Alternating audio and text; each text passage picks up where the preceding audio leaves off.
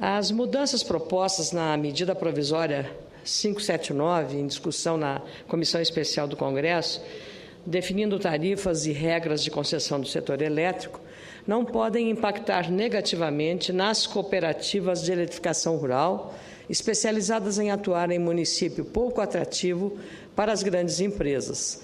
As cooperativas de eletrificação rural não ficam com o filé mignon do setor elétrico, ao contrário, são cooperativas operando em áreas carentes e ficam, como se diz, com a carne do pescoço, porque muitos investidores não enxergam oportunidade de negócios lucrativos nessas áreas, às vezes até de difícil acesso.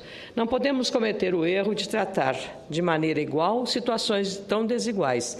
Na última sexta-feira estive em Porto Alegre, na capital do meu estado, para discutir a MP com a Federação das Cooperativas de Energia, Telefonia e Desenvolvimento Rural do Rio Grande do Sul, a FECOERGS, liderada pelo presidente Jânio Stefanello.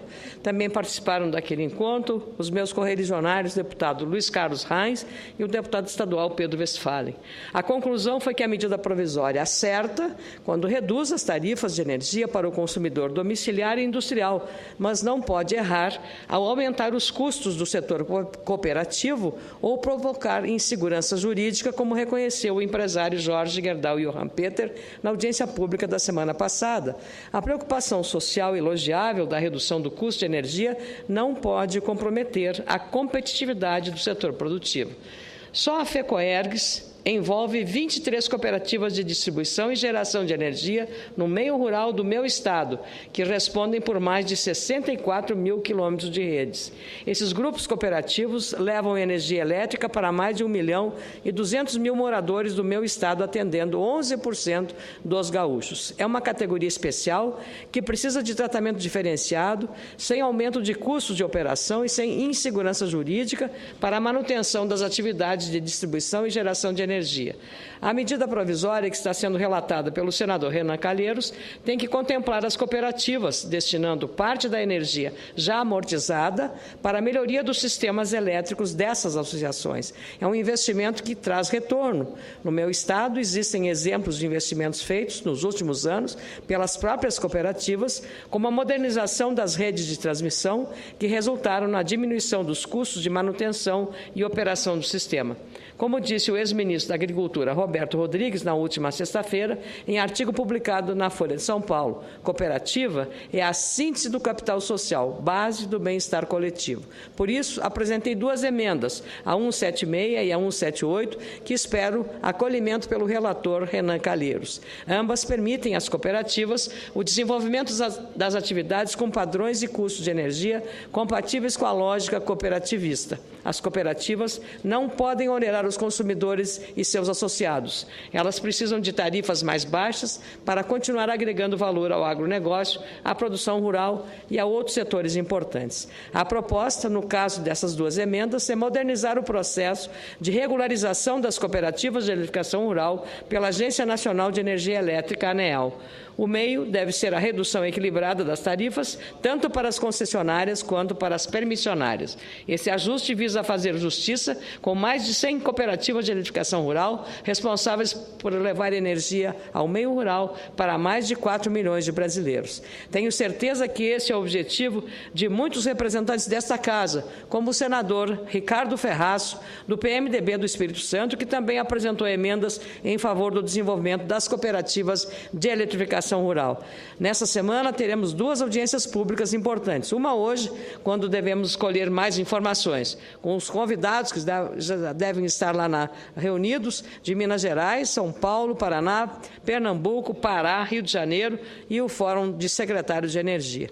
E a outra, na quarta, 14, quando esperamos ouvir argumentos dos Ministérios de Minas e Energia, Fazenda, Desenvolvimento, Indústria e Comércio, da Advocacia Geral da União e da Agência Nacional de Energia Elétrica, ANEEL. Serão oportunidades de avançarmos sobre as mudanças que precisam ser feitas de modo a garantir a redução das tarifas de energia sem causar causar insegurança jurídica no marco do setor ou ainda injustiças. O ministro interino de Minas e Energia, Márcio Zimmermann, informou num artigo publicado neste domingo no jornal Estado de São Paulo que, para conseguir reduzir as tarifas de energia, o governo decidiu aportar recursos anuais na conta de desenvolvimento energético. Na avaliação do ministro, com a redução da contribuição do consumidor para a manutenção da CDE, que financia a universalização do acesso à energia elétrica, a chamada tarifa social, e a geração eficiente de eletricidade em locais remotos, pode chegar a 1/4 do que é atualmente pago. Reforça, por isso, que a energia não pode mais ser um entrave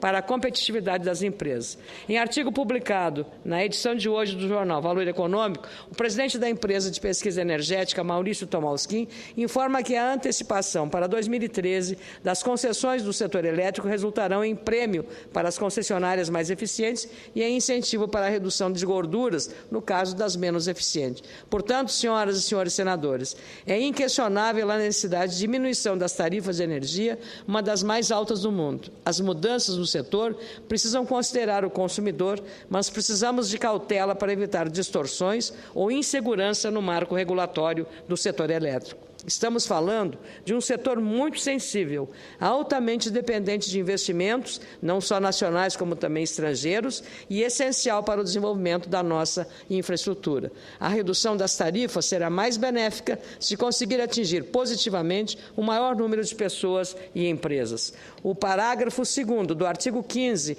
da medida provisória diz o seguinte: os bens reversíveis vinculados às concessões de transmissão de energia elétrica existentes em 31 de maio de 2000, independentemente da vida útil remanescente do equipamento, serão considerados totalmente amortizados pela receita auferida pelas concessionárias de transmissão, não sendo indenizados ou incluídos na receita prevista. É preciso considerar, nesse caso, que as empresas transmissoras planejaram e construíram diversos ativos, como subestações e linhas de transmissão em datas próximas e anteriores a 31 de maio de 2000. Além disso, vários ativos foram substituídos ou modernizados para atender os requisitos exigidos nas regras de concessão para a prestação dos serviços de transmissão. Esses investimentos foram capitalizados conforme as regras regulatórias vigentes, segundo a Associação Brasileira das Grandes Empresas de Transmissão de Energia Elétrica, ABRAT. Por isso, todo ativo ainda não amortizado, independente da data de início da operação comercial, precisa ser indenizado. Parece óbvio, mas é uma forma de cumprir contratos, garantir a continuidade dos investimentos feitos e de tratamento isonômico aos segmentos de distribuição e de geração.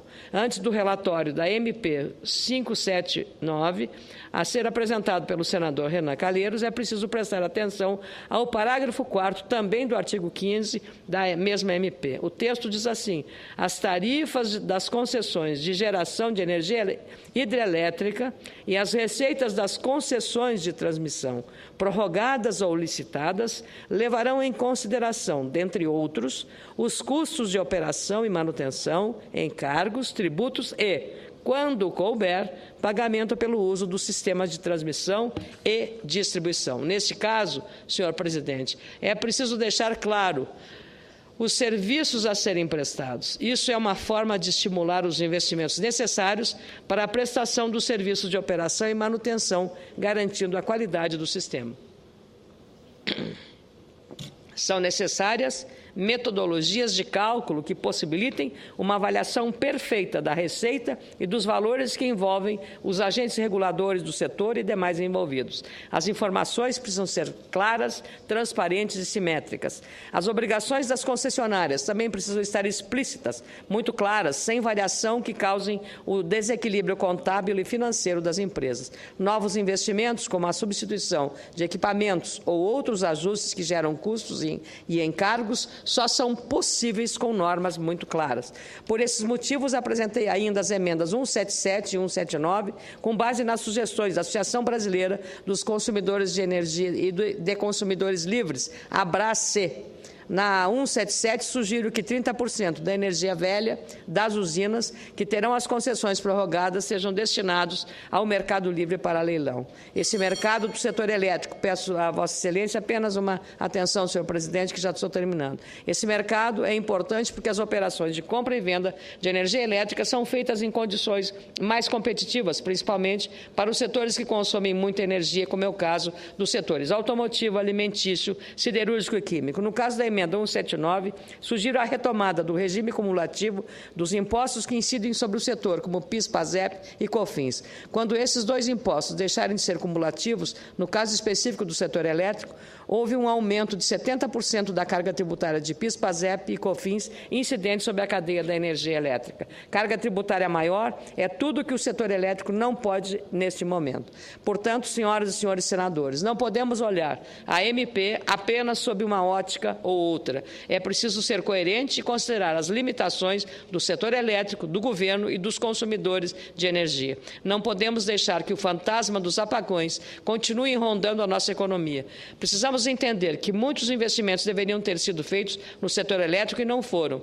Em várias partes do país temos graves problemas que afetam as concessionárias de energia, mas também os consumidores. São os chamados gatos, aquelas ligações clandestinas que se espalham pelo Brasil como forma de furtar a energia. É preciso olhar também que o custo da energia industrial encarece os produtos vendidos aos consumidores. Não existe produto sem energia.